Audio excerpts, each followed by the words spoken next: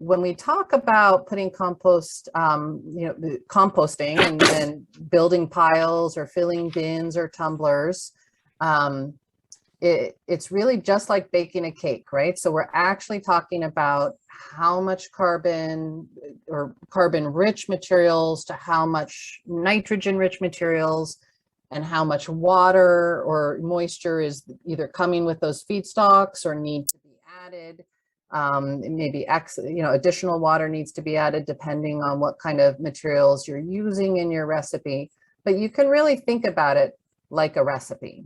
And thanks, Kat. So yeah, so this slide basically shows that, and this is something that we've talked to, that Kat, Athena, and I include in all of our trainings, and we've talked to our partner farmers about, is that everything has some carbon and some nitrogen in it, right? It's a spectrum. And so when you're talking about food scraps, it's still like 15 parts carbon to 1 part nitrogen. And that's it's the carbon, it's all normalized to 1 part nitrogen.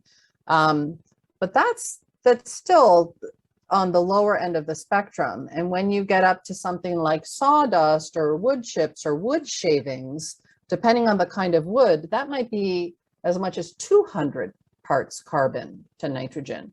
And so having a sense, you don't need to necessarily, especially when you're starting, do really complicated math and figure out, but what you're going for is, 20 to 40 parts carbon to 1 part nitrogen in your overall recipe, in your whole pile. And so if you're using wood shavings, you're actually going to want a little bit less volume of that in proportion to your food scraps, because it might be bringing a whole lot of carbon. But if you compare that to something like leaves, which I know a lot of you are likely using for your carbon, that's in the 40 to 80 parts carbon to 1 part nitrogen range. And so you're going to need more volume of that to hit that target, that target proportion or ratio between these two.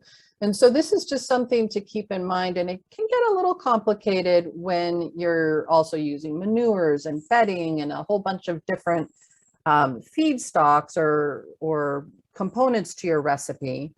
But it's definitely something to just keep in mind and tweak a little bit. And if you think you're about the volume of each of your different materials that you're using, and then you can figure out a proportion, if it's like by how many bucket loaders or 5-gallon buckets, it doesn't really matter the scale or what your unit is. This is a place where you can start thinking about tweaking if you're not getting those hot temperatures, if things are stinking, if it's really wet.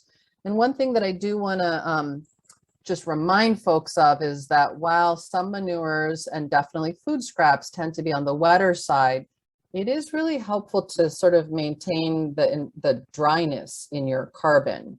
Because if you have soaking wet wood shavings and you're mixing that with your food scraps, you might have the nitrogen to carbon ratio correct, but it's going to be too wet overall. And so by having a dry supply, or at least some of your carbon be drier, that helps offset and get that better moisture rate percent to support the buffet, to support the microbial life that's doing all the heavy lifting.